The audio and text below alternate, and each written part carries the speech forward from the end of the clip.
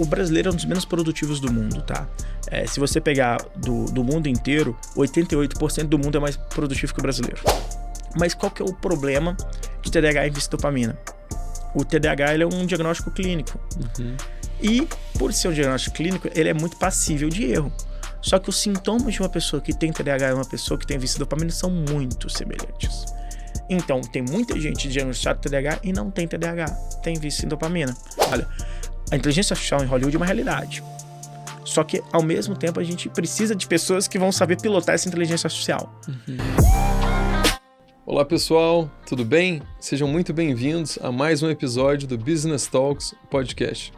Lembrando que esse é um oferecimento de Kesser, a primeira marca de skincare minimalista do Brasil.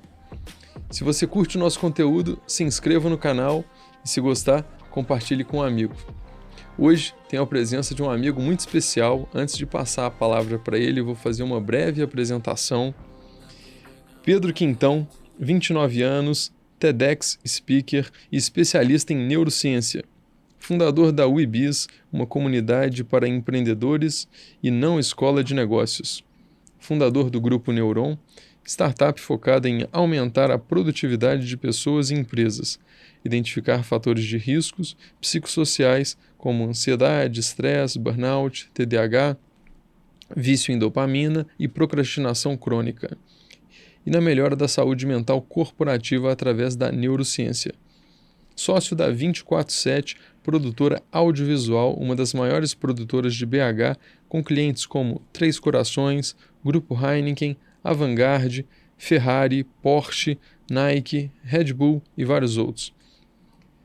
Foi agente de aceleração do programa Lemonade em 2018, quando foi eleita a 17ª melhor aceleradora de startups do mundo, analista de gestão de cultura no Orbe Conecta em 2019, maior hub de inovação de Minas Gerais, mantido por MRV, Inter, Localize e Mater Dei.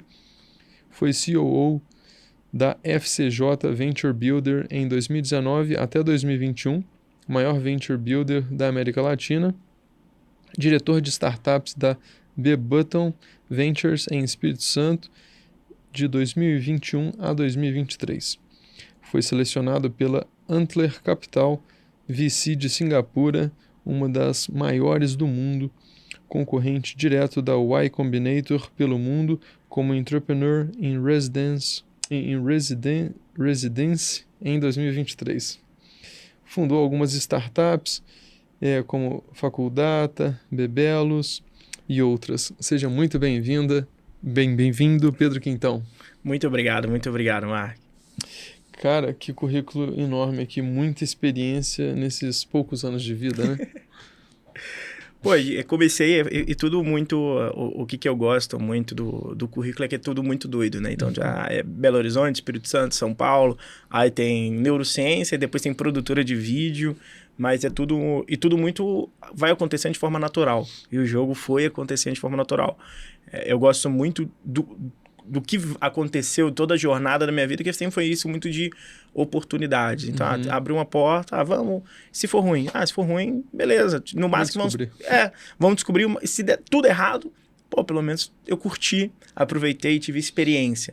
E aí acabou que foi moldando muito isso para chegar em quem eu sou hoje, né? Muito legal. E começa contando pra gente um pouco de como começou essa sua jornada empreendedora, né? O que te incentivou? Eu comecei a empreender muito novo, na verdade, tá? Meu primeiro negócio eu tinha 17 anos, na escola ainda, então eu estudava em escola super tradicional daqui de Belo Horizonte, e aí tomei bomba, repetindo todas as matérias, até em artes eu consegui repetir. Foi, assim, sensacional. Então, na hora que eu peguei o boletim, tinha lá o chequezinho das matérias que você não passou, o meu tinha todas, matemática 1, 2, português eu passei, biologia, química e artes para completar. E fui para um outro colégio que é nada tradicional, que, ele é muito famoso por tinha até fumódromo dentro dele, aqui em Belo Horizonte. Só que ele anulava a bomba, ele tinha dependência. E aí eu fui por conta disso, eu fui para não repetir de ano e não atrasar. E que o vestibular estava chegando, era o primeiro ano do ensino médio, o vestibular estava chegando, e foi uma das coisas mais importantes que aconteceram na minha vida. Porque nesse outro colégio, que é zero tradicional, que tinha fumódromo dentro dele, que ele era famoso para isso, só quem não quer estudar, eu tive aula de empreendedorismo. E mudou completamente o rumo da minha vida. Porque no início eu queria ser jornalismo para falar de futebol. Eu jogava futsal, treinava futsal, queria ser jogador de futsal. Aí depois eu falei, não, jogador de futsal não vai ganhar dinheiro, então vou fazer jornalismo para ser comentário de futebol.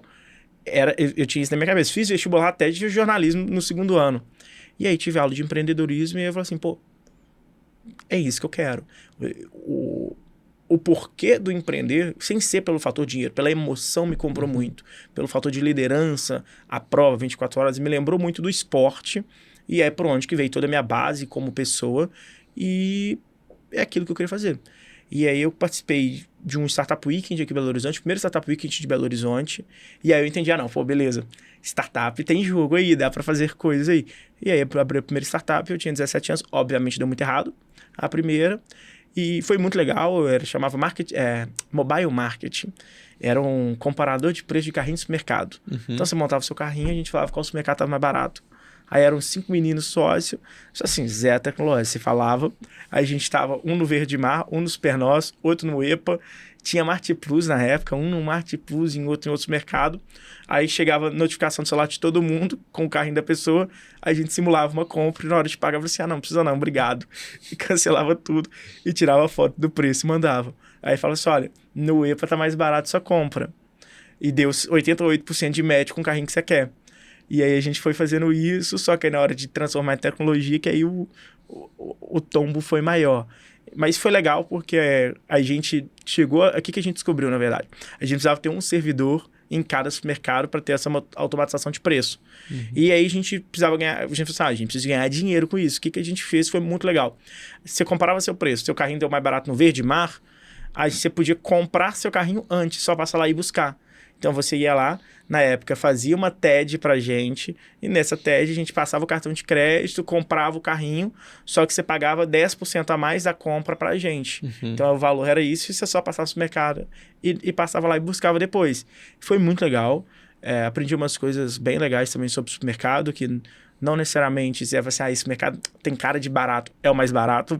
Me surpreendi que muitas vezes os carrinhos mais baratos não eram os mercados mais baratos.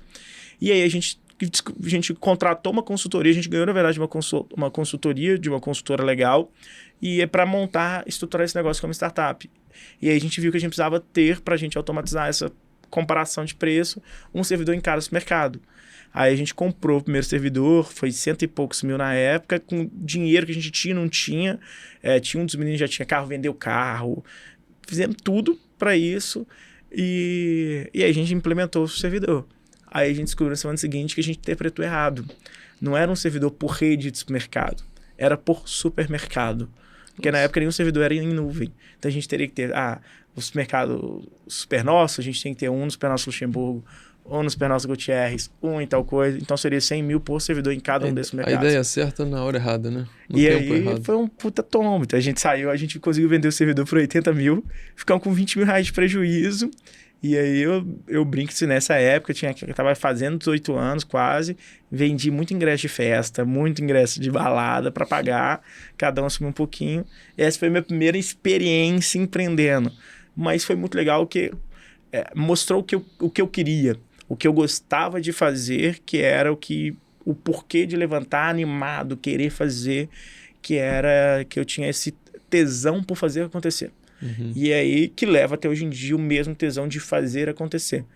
E aí minha jornada foi indo, empreendi um outro negócio depois, que aí foi mais legal, que é o Faculdade. A gente fez exit dele depois, que a gente funcionava como se fosse uma Melius de vestibular e primeira matrícula. Na época não tinha LGPD aqui no Brasil, né? E aí a gente começou porque eu tinha perdido a data de vestibular, esqueci de me inscrever completamente. E aí a gente começou sendo um braço direito vestibulando. Então, você falava o que você quer de faculdade, quais são as faculdades que você quer, quais cursos, a gente falava tudo que teria.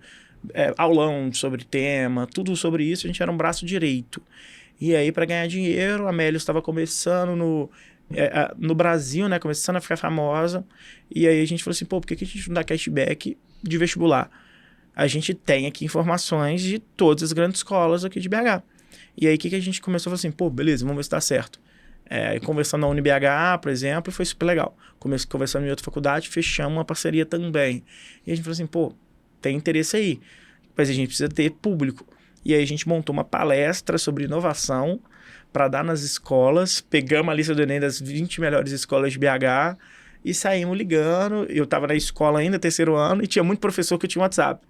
Aí, na minha escola antiga, assim, pô, vamos fazer tal coisa e tal coisa. E a gente já tinha ganhado um Startup Week, então saiu no estado de Minas, saiu em alguns lugares. E aí, então, a galera queria receber para falar sobre startup. Isso aí eu vou, apresento meu negócio, mas, pô, meu negócio é isso, eu posso cadastrar os meninos para eles lembrarem de se inscrever e etc. E fizemos. E aí, eu sempre contratava e a gente dava um formuláriozinho de papel para você falar quais são os 3 cursos que você quer na ordem e as 3 faculdades para cada curso. E aí montamos uma planilha gigante no Excel, não tinha nem Google Sheets direito na época. E aí a gente batia na faculdade e falou assim, olha, eu tenho aqui a lista de todo mundo de Belo Horizonte que quer medicina, das 20 principais escolas. E eu sei quem a sua faculdade está entre os 3 que ele quer fazer e quem não está. A gente pode alcançar essa pessoa para essa pessoa fazer vestibular. E aí foi indo, e aí a negociação nossa, ela, beleza, eu mando o seu vestibular diretamente para ela, faço, tipo assim, você vai ter um patrocinado recorrente no WhatsApp dela, só que eu quero um percentual se ela fizer vestibular. E a gente negociou por etapas, então, assim, se a faculdade estava entre os 3 da pessoa, era tipo 40% de comissão. Se ela não estava entre as 3, era 60%. E a gente devolvia sempre 20%, 25% do vestibular. E aí depois a gente escalou isso para a primeira matrícula. Foi muito legal. Eu lembro que a gente teve Brasil inteiro, usuário, Brasil inteiro. Pô, eu lembro que teve uma época que a gente que viralizou em Manaus. Do nada eu tô abrindo lá o formulário e era tudo zero escalável. Tipo assim, eram todas as ferramentas online, mas nada de muito inteligente. A pessoa respondia um formulário e caía lá no formulário. Não tinha, tipo assim, uma automação fazia. Não, a automação era Pedro digitando todo dia. E aí, do nada, de um dia pra noite, tinha lá 50 cadastros de Manaus. De uma mesma escola. A gente, o que é isso? Chegou lá. Aí a gente, putz... E aí tinha que fazer a missão agora de conversar com as universidades que os meninos queriam, que até então a gente nem tava querendo entrar nesse segmento. E aí foi São Paulo, a gente teve bastante, Curitiba, e aí ficou dos 17, quase 18, até 20 anos com esse negócio. E foi lá que eu entendi o que eu queria fazer. Entendi que empreender é muito mais do que abrir um CNPJ, é muito mais, vamos na loucura, vamos fazer...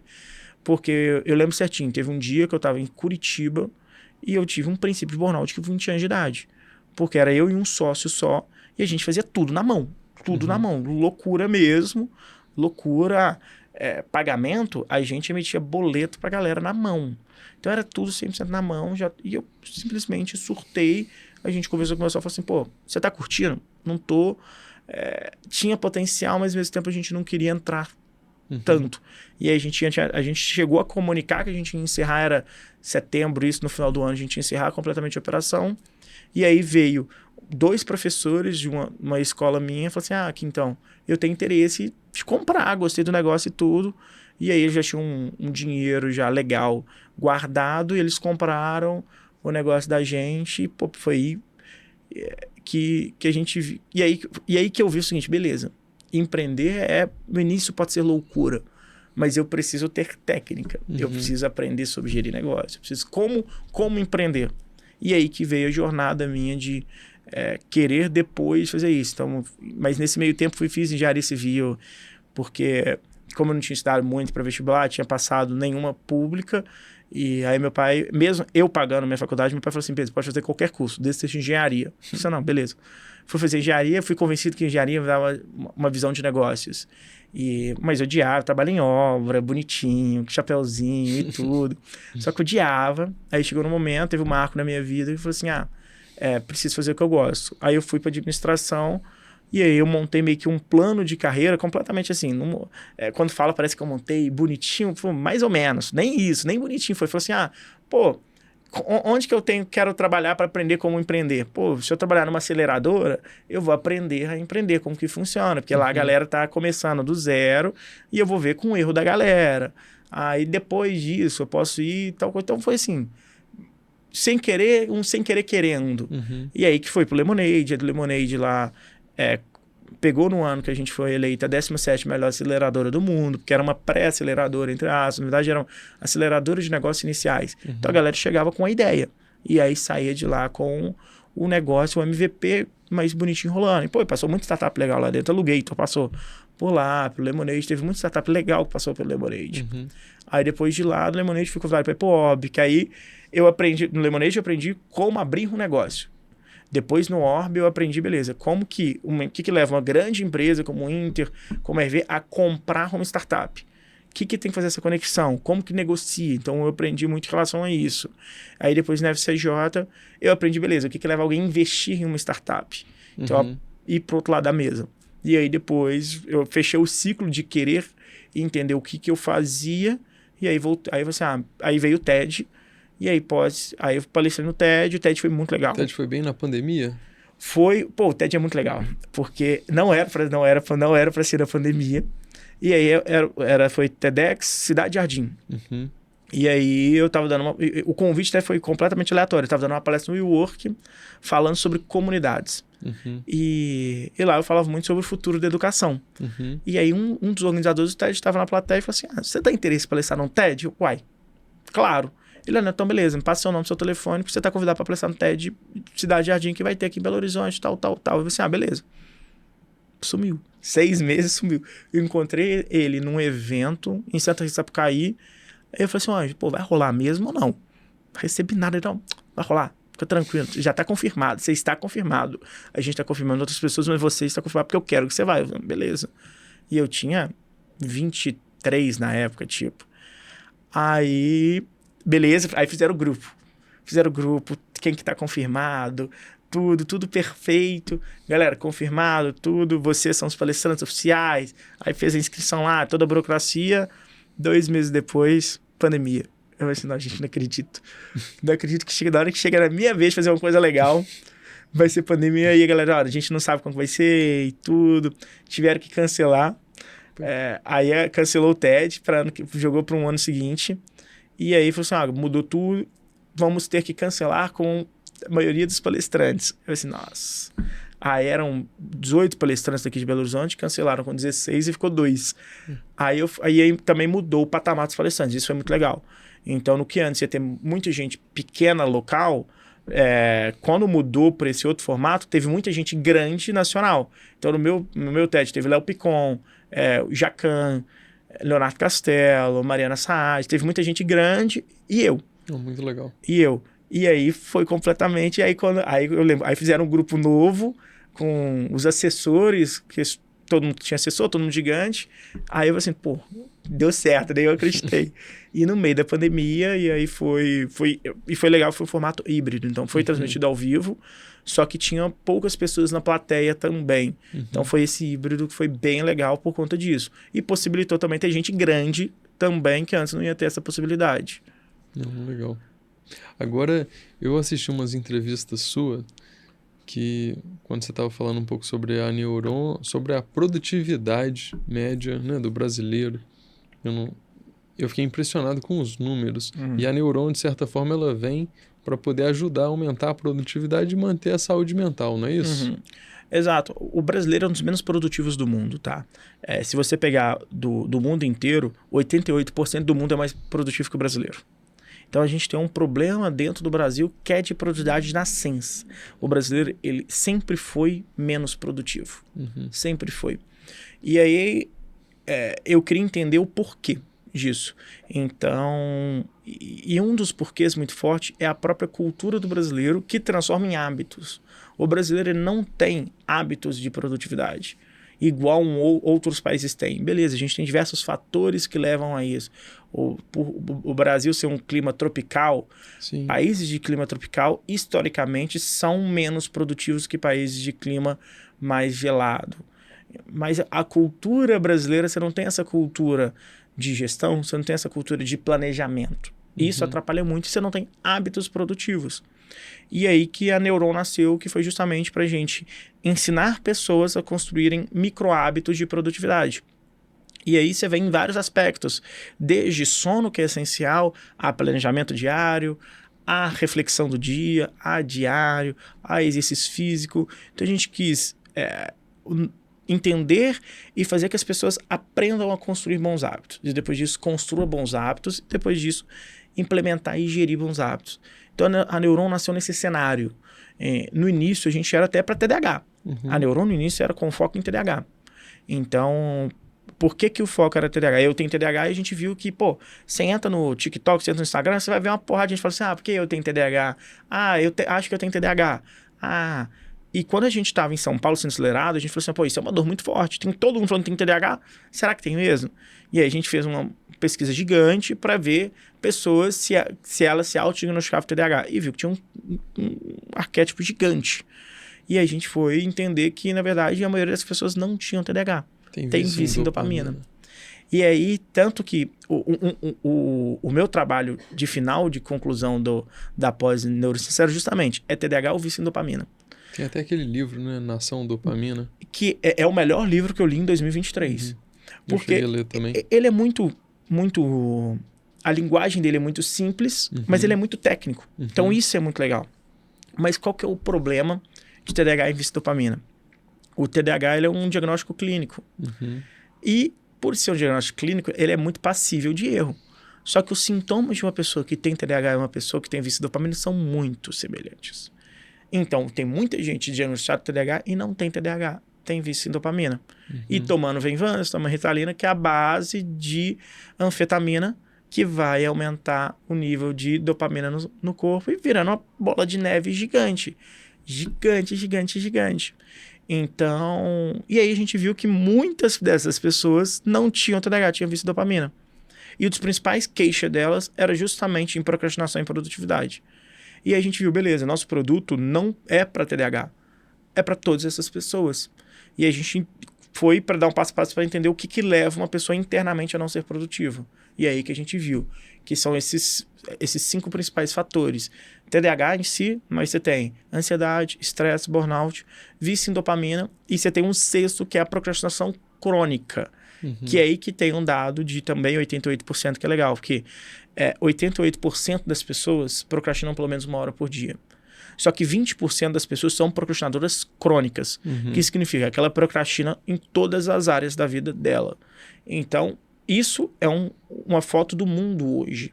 E aí você tem esse risco dessa procrastinação crônica que impacta na produtividade. Só que não é eu colocar mais pressão que você vai ser mais produtivo. Assim, você tem que trabalhar mais. Anda. Você como chefe fala assim, você não tá me entregando, você não tá me entregando. Ela nem sabe como fazer. E aí a gente criou a Neuron para justamente ensinar como fazer e incentivar que a pessoa faça e recompensar quando ela faz esse micro hábito. E de forma prática e objetiva, você consegue me citar alguns exemplos que a Neuron faz dentro das empresas que adotam? A gente entra dentro de uma empresa, primeiro a gente faz uma anamnese de saúde mental desses fatores psicossociais dentro da empresa.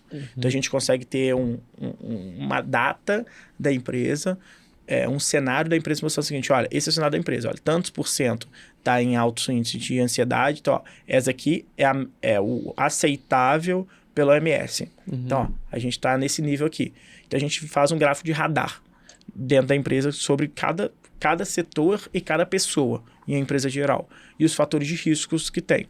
Depois disso, a gente se separa em grupos. Então, você deu no seu amnésia, você tem muita tendência a ansiedade e estresse. O meu deu TDAH e burnout. A gente está em caixinha diferente aqui agora. Nessas, a gente separa em caixinhas grandes ou por setores da empresa. E aí começa agora a jornada de micro-hábitos. Então a gente fala assim, a cada 21 dias a gente define um tema que a gente quer trabalhar. Melhora de sono, organização diária, atividade física, vários aspectos que cientificamente vão impactar na produtividade. Depois disso a gente quebra, beleza. Diariamente o que a pessoa pode fazer? Um pouquinho, que no final disso é um todo muito grande. Então a gente ensina o porquê que o sono, vamos pegar o sono como exemplo, o porquê que o sono impacta na produtividade da pessoa, como ela melhorar o sono dela. Então você vai ficar com 1 hora antes de dormir sem celular, você vai diminuir luz branca na sua casa. Então a gente tem vários pontos que a gente ensina isso, tudo sempre de forma prática, que ela tem que fazer de forma prática, e a gente cria micro hábitos. Então, beleza. O micro hábito de hoje, no dia 1, é você selecionar um livro para ler e ler 10 páginas dele, livro físico. No dia 2, é você ficar 30 minutos antes de dormir sem celular. No dia 3, é colocar o celular para carregar no banheiro. Então, a gente coloca micro hábitos e a pessoa faz esse micro hábitos, tira uma foto comprovando e manda na própria plataforma. A plataforma dá um check como que ela fez. E no final dos 21 dias, a gente tem um traqueamento de quem mais fez os hábitos. Não de quem melhor performou, não. De quem mais fez a execução. E aí, o que a gente faz? A gente pega parte da assinatura da empresa com a gente e a gente manda em Pix para os melhores colocados. Que bacana. Então, no final das contas, a gente está pagando para a pessoa executar bons hábitos. E como que vocês conseguem validar, verificar se de fato a pessoa fez ou não? Na comprovação mesmo de foto. Então, o que a gente viu? A gente estava com uma dor de cabeça muito grande, assim, a pessoa pode burlar. Só que a gente viu, quando a pessoa burla, o colega dela dedura ela. Porque como tá valendo dinheiro, então fica nessa. A gente teve agora uma preocupação, depois vamos ver se a denúncia é fake ou não. Mas a pessoa ela denuncia se a pessoa tá fazendo errado, porque tá valendo dinheiro. E é um contra o outro, no final das contas. A gente gera essa competição saudável, mas a gente viu que tudo que é comprovável, às vezes algumas integrações a gente tem, algumas não tem como fazer. É igual a planejamento diário. A gente fez um template de plano, a pessoa executava, tirava foto e mandava. Então a pessoa tinha que comprovar de foto, de vídeo, sempre comprovava de alguma forma. Mas aí sempre o colega dele, quando tá fazendo errado, denunciava. É muito engraçado. É muito engraçado, porque no final vai ser o quê? Ele vai receber um Pix de R$500, R$600, e se a pessoa fizer... e gera exatamente isso. A pessoa, realmente fez certinho. Caso de empate, chega a ser até engraçado depois. Mas a gente já vê os resultados que aconteceram de forma palpável. E aí depois, a cada 3 meses, a gente faz aquela anamnese de novo. A gente viu que a produtividade aumentou, só que aqueles índices que estavam de fatores psicossociais diminuiu. Então a gente, tem jogo aí. Mas aquela dica que eu peguei aqui no off, antes da gente iniciar do aplicativo, por exemplo, é uma que vocês passam do Opal? Ainda não, porque você tem uma complexidade dele. É um aplicativo muito legal. Eu uso no meu dia a dia, que ele bloqueia aplicativos que podem procrastinar, Twitter, Instagram, e você seleciona. Então, por exemplo, o meu não vem de fábrica para você selecionar, por exemplo, só faz score que é de ver resultado. Se eu silencio porque eu adoro esporte, eu vou ficar vendo quem que joga hoje, desde o tênis ao hóquei do gelo. Então... esse não tem como fazer, porque ele não é muito palpável para as pessoas. Porque, uma área que depende de marketing, ele depende de estar com o Instagram aberto para buscar referência. Então, você depende muito disso. A gente busca muito, a gente flerta muito com a terapia comportamental cognitiva nesse aspecto. Que é melhor para quem tem ansiedade, né? Normalmente o TCC é recomendado, né, para pessoas ansiosas. Porque ela é a base de ciência. Ela é a base de ciência. Ela é resultado. Ela é objetiva, né? Exatamente. Então, ela é uma terapia, é uma metodologia que é a base científica mesmo. Então, por isso que ela é muito recomendada para quem tem TDAH, para quem tem ansiedade, porque você vai aplicar e tem resultados comprovados que vai gerar um impacto. E é legal que tudo que você viveu na sua vida te trouxe até aqui, até nas empresas que você está trabalhando, né? Você contou um pouco que você teve a experiência... em Venture Capital, né? Venture Builder, nessas empresas que analisam startups, e hoje você está aprendendo, não sei se é pela 5ª vez, 6ª vez, num negócio com cada vez mais informações, né? Para ter um negócio cada vez melhor e maior. Paralelo à Neuron, você também está com a WeBiz. Isso. Explica um pouquinho agora da WeBiz e a correlação, de certa forma, dela com a Neuron, porque eu acho que a ideia tem pontos semelhantes, né? A Neuron começou até como uma comunidade com foco em neurociência. Era uma comunidade para pessoas que querem serem mais produtivas. Então, a Neuron começou assim. Quem quer ser mais produtivo entra, a gente tem uma metodologia, e a gente pegava esses 21 dias, só que a gente não tinha um desafio, não tinha nada. Então, a Neuron começou com pessoas comuns. E a gente viu que isso gera um engajamento muito legal. E aí 2 anos se passaram, e aí o WeBiz nasceu.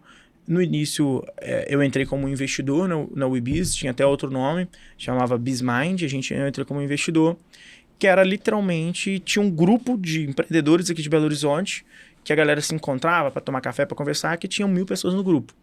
E aí a menina conversando comigo assim, Pedro, não sei que produto que eu crio com isso, tô vendo que tem algum jogo aqui, quero empreender com isso, mas não sei o quê. Aí eu falei assim, olha, comunidade é uma coisa que gera muito engajamento, tá muito legal. E aí foi nisso, e aí eu falei assim, ó, eu tenho interesse de entrar como sócio, eu invisto, monto uma metodologia, você vai executando. E aí acabou que o MVP foi muito legal, a gente validou muito legal. E aí, qual foi a principal dor que a gente viu? O empreendedor pequeno, ele é muito desassistido em relação à parte técnica. E um dos motivos de empresas mais quebram no Brasil é porque a pessoa tem uma deficiência técnica de negócio. Ela não sabe sobre gestão, ela não sabe sobre vendas, ela acha que vendas é dom. Vendas não, vendas é metodologia, ciência, marketing, idem, ela não sabe sobre marketing, ela não sabe sobre rede social, ela não sabe sobre growth, ela não sabe sobre storytelling, gestão, então esquece. O que é gestão? Sim. E aí a gente viu isso e viu essa deficiência. E a gente viu que, beleza, a gente tem para o grande empreendedor, que já fatura legal, a gente tem alguns players que atingem esses daí. Para o pequeno, tá muito desassistido. A gente tinha um player grande, que era o Sebrae, que não está gerando engajamento com esse pequeno empreendedor. A gente falou assim, pô, tem jogo aí. E aí, depois desse tempo, eu comprei a Webiz, na época era Bizmart, mas eu comprei, aí virou o Webiz por conta disso. E aí a gente transformou no que é hoje, que é essa comunidade para empreendedores e uma não escola de negócios. A gente brinca que é não escola, mas na verdade é uma escola nada tradicional, porque é tudo 100% online. E aí a premissa nossa, na nossa metodologia, a gente tem 5 pilares de conteúdos, que são essenciais para empresas serem sólidas, que é o marketing, vendas, gestão. A gente traz um pilar de autodesenvolvimento, que é justamente que a gente brinca que é o eu empreendedor, que é justamente o que ele trabalha para ele ser mais produtivo, liderança, todos esses aspectos. E aí a neurociência entra justamente aí.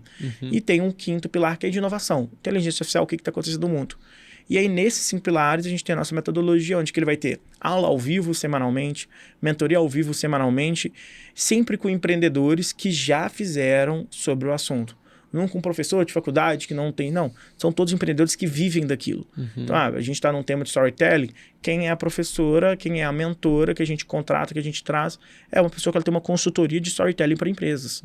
E também, a cada 15 dias, a gente tem um curso completo sobre uma temática que é justamente em cima desses 5 pilares. E aí, todos os dias, a gente tem pílulas de conteúdos menores, só que aplicáveis para o negócio da pessoa. Todos os dias, a gente manda uma pílula, sempre de algum desses pilares. E aí a gente foi vendo que isso foi trazendo mais gente, vem mais gente, porque eu empreendo sozinho, não tenho nem com quem compartilhar dores, mas ao mesmo tempo não sei nem como eu vou aprender sobre storytelling, como que eu vou aprender sobre vender mais. Vejo vários gurus de internet, só que esses gurus que não têm resultado e mesma coisa fala, que é quase vendedor de curso. Mas não consigo, eu vou aplicar errado, mas não consigo depois corrigir. E a gente viu que a gente lançando isso, a gente pegava esse pequeno que estava desassistido.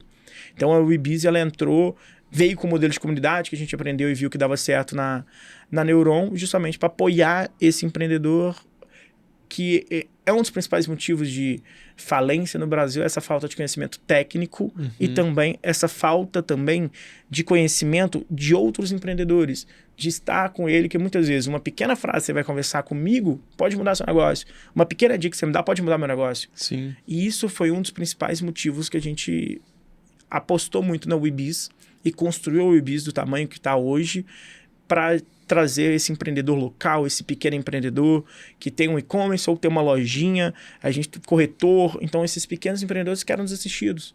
E aí a gente entra justamente para ser o braço direito desse empreendedor em relação ao negócio dele. Então a Webiz nasceu com esse objetivo.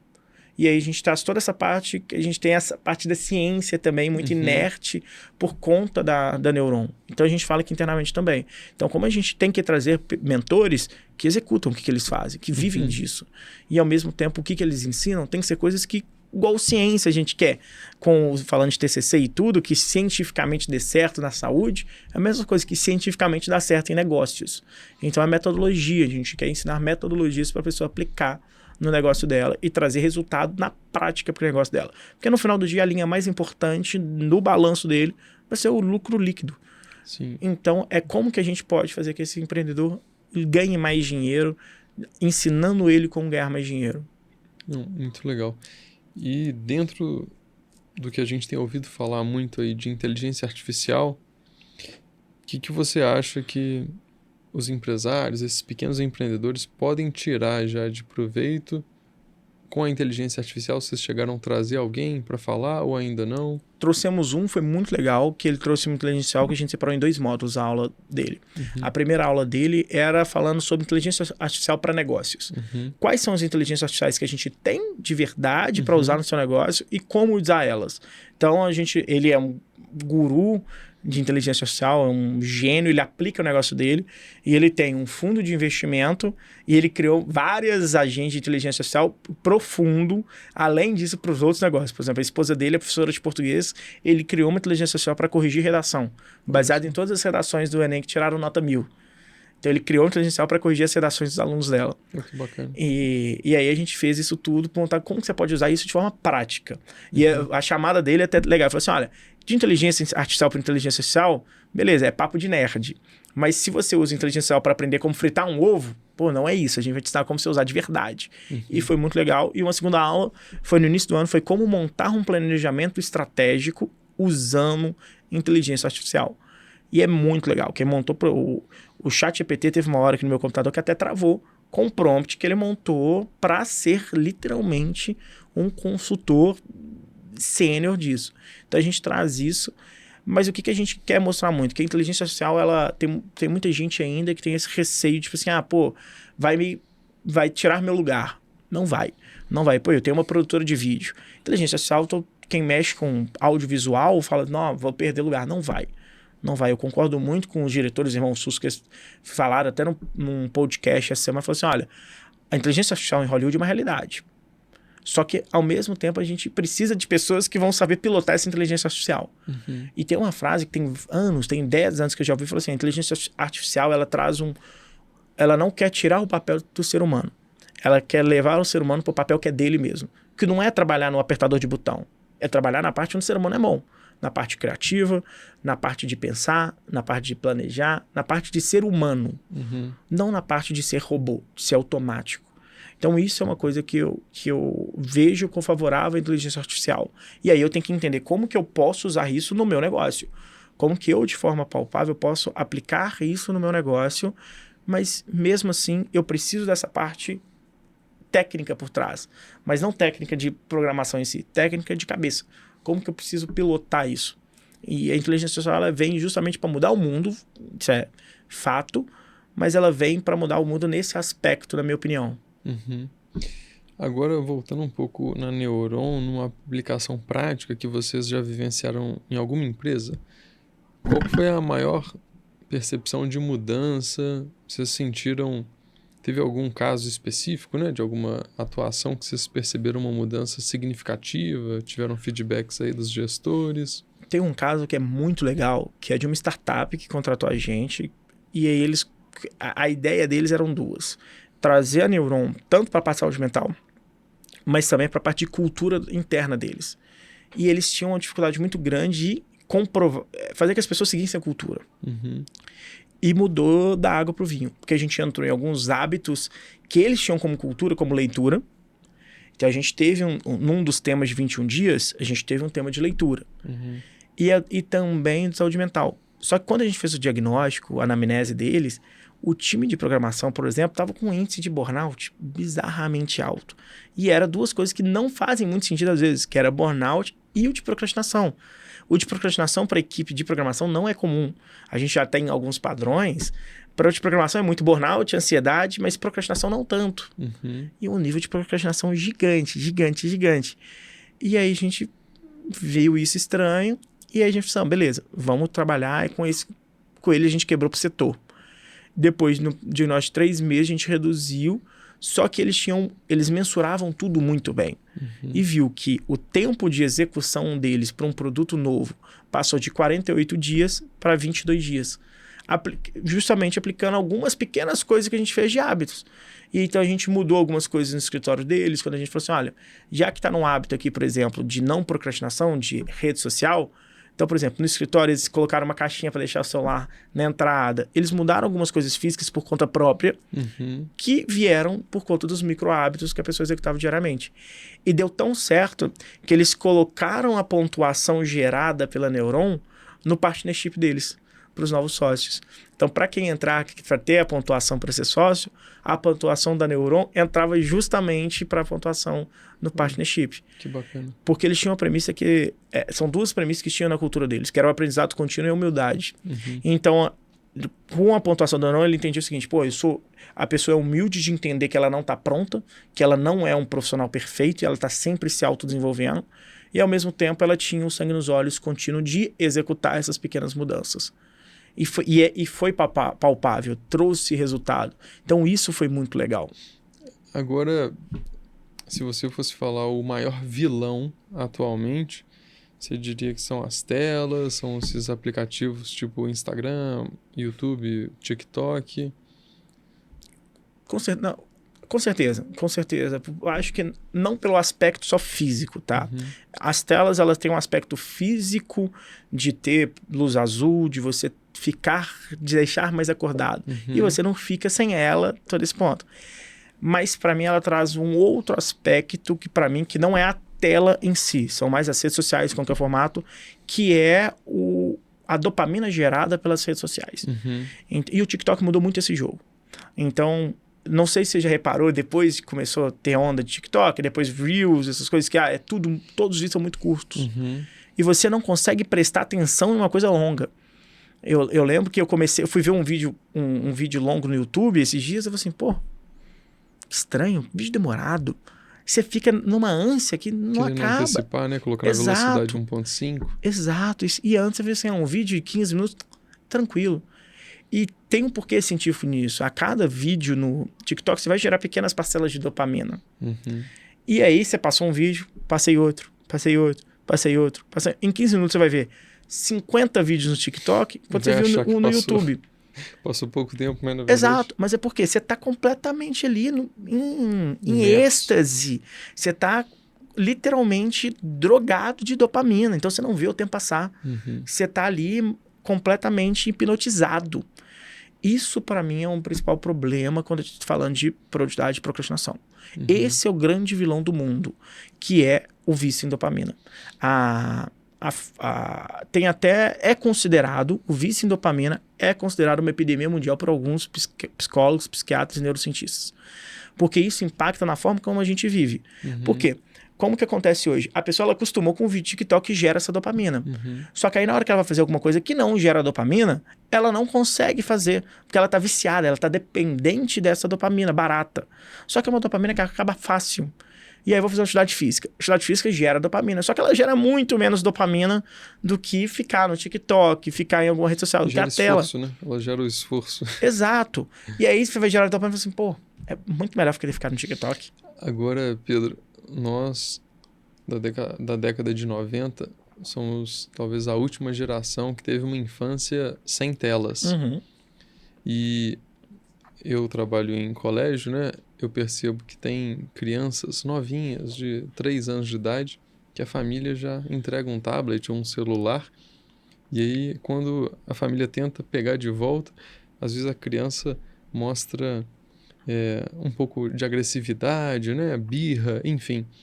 Então, tudo isso é algo que mostra que a Neuron faz muito sentido, principalmente na visão de longo prazo. Sim. Porque quando esses adolescentes agora entrarem no mercado de trabalho, a gente está percebendo já que eles têm mais dificuldade ainda em conseguir focar e ser produtivo, não é isso?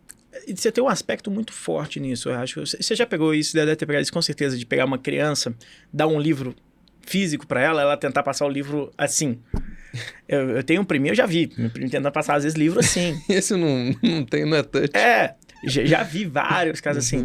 E é uma realidade isso, porque é mais fácil você dar um celular para a criança para ela parar de chorar do que você ouvir o choro. É a babá eletrônica, né? É a babá eletrônica. Só que isso vai gerar um vício. E o que a criança faz? De chorar, espernear quando tira. O adulto faz a mesma coisa, só que ele não grita nem esperneia. Ele faz isso com atitude, fica emburrado, etc. Só que a gente tem uma consequência disso já palpável para o mundo, que é a diminuição da capacidade de atenção do ser humano.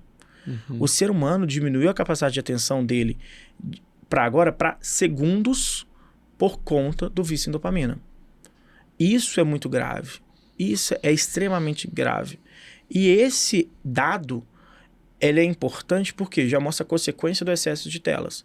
Porque a capacidade de atenção diminuir de 1,5 minuto, aproximadamente isso, para poucos segundos, isso ele é muito grave. Se eu não me engano, o número exato são 23 segundos. Isso é muito grave. Porque o ser humano não tem mais a capacidade de ficar em atenção constante em tempo. E isso é um impacto que vai gerar em procrastinação nas próximas gerações, porque eu não consigo ficar prestando muita atenção em tempo. Eu tenho que ter estímulo toda hora. Só que é impossível ter estímulo toda hora na vida real. É impossível. É humanamente impossível. E aí, quando a gente fala de vício em dopamina, é isso, porque o corpo ele vai acostumando com a dopamina. Então, se eu fiquei 1 hora no TikTok hoje me gerou 10 de dopamina, daqui um mês que eu fico 1 hora no TikTok, me gerou 8 de dopamina. Só que eu acostumei com 10 de dopamina. Eu quero 10. O que eu vou fazer? Vou ficar 1h30. Aí, beleza, agora tá gerando 10 de novo. Só que aí, beleza, daqui um mês, 1h30, tá gerando 8 de novo. Quero 10. Vou ficar 2 horas. Depois 3, 4. Fisicamente impossível. O dia tem 24 horas. E aí você precisa dormir. E aí, você não vai dormir? Não tem como. E aí você começa a ter isso. E aí a pessoa começa a surtar por não ter essa dopamina. E aí começa a falar o seguinte, não, pô, eu não consigo focar porque eu tenho TDAH. Preciso tomar remédio. E o remédio de TDAH é o quê? A base de anfetamina, que gera muita dopamina. Então você tem esses aspectos. Pô, esse é um problema muito grande. E gera a procrastinação justamente por conta disso. Porque a pessoa ela não consegue começar. Porque ela não sente o prazer de começar. E o problema do vício em dopamina não é o neurotransmissor do prazer. O prazer ele é consequência do que gera a dopamina. A dopamina é o neurotransmissor responsável pela motivação. Só que se eu tenho isso desalinhado, a minha motivação para começar ela é maior do que a recompensa final que eu tenho. Só que o meu corpo entende que, beleza, já que a recompensa vai ser pior que a motivação inicial, eu não vou nem começar. Porque a recompensa não vai me dar o prazer que eu gostaria que tivesse. E aí você tende a procrastinar por conta disso. Nossa. Tô pensando aqui a importância da nossa conversa aqui hoje vai dar uns cortes legais, porque é um conteúdo muito importante. Essa questão do vício em dopamina, né? Não simplesmente ao celular, às telas, mas é algo que todos nós temos que ter um cuidado. E quando você falou, eu fiquei com uma curiosidade, que a nossa atenção reduziu. Sim. Você acha que ela reduziu independente da idade? Por exemplo, num idoso também aconteceu o mesmo fenômeno? Essas pessoas 50 mais que estão viciadas de certa forma também no celular, você acha que também estão sofrendo do mesmo problema? A pesquisa abrange vários grupos, trazendo agora o número certo. A capacidade de atenção do ser humano diminui de 2,5 minutos para 48 segundos. Uhum. Então, isso é de todos os grupos. Todos os grupos. E o problema é, você enxerga isso como que o mundo ele hoje faz negócio, como o mundo produz conteúdo, como a TV funciona isso tudo. E essa tensão dividida, essa tensão em tela, esse excesso de tela, esse vício de dopamina, essa dependência de dopamina, atinge diversos públicos de formas diferentes. Então você vai ver de criança com desenhos cada vez mais coloridos, cada vez mais, faça isso, cada vez mais pegue o celular nisso, a criança meio com o celular 24 horas, ao adulto no TikTok não, mas no Facebook mexendo, no Reels do Facebook, falando sobre uma pequena receita, uma fofoca, uma coisinha disso. Então você tem os estímulos dopaminérgicos cada vez mais presentes. E você tem o adolescente, você tem pior ainda, porque você tem todas essas redes sociais e você tem outros aspectos, por exemplo, que essa geração atual é a geração que consome mais pornografia da história.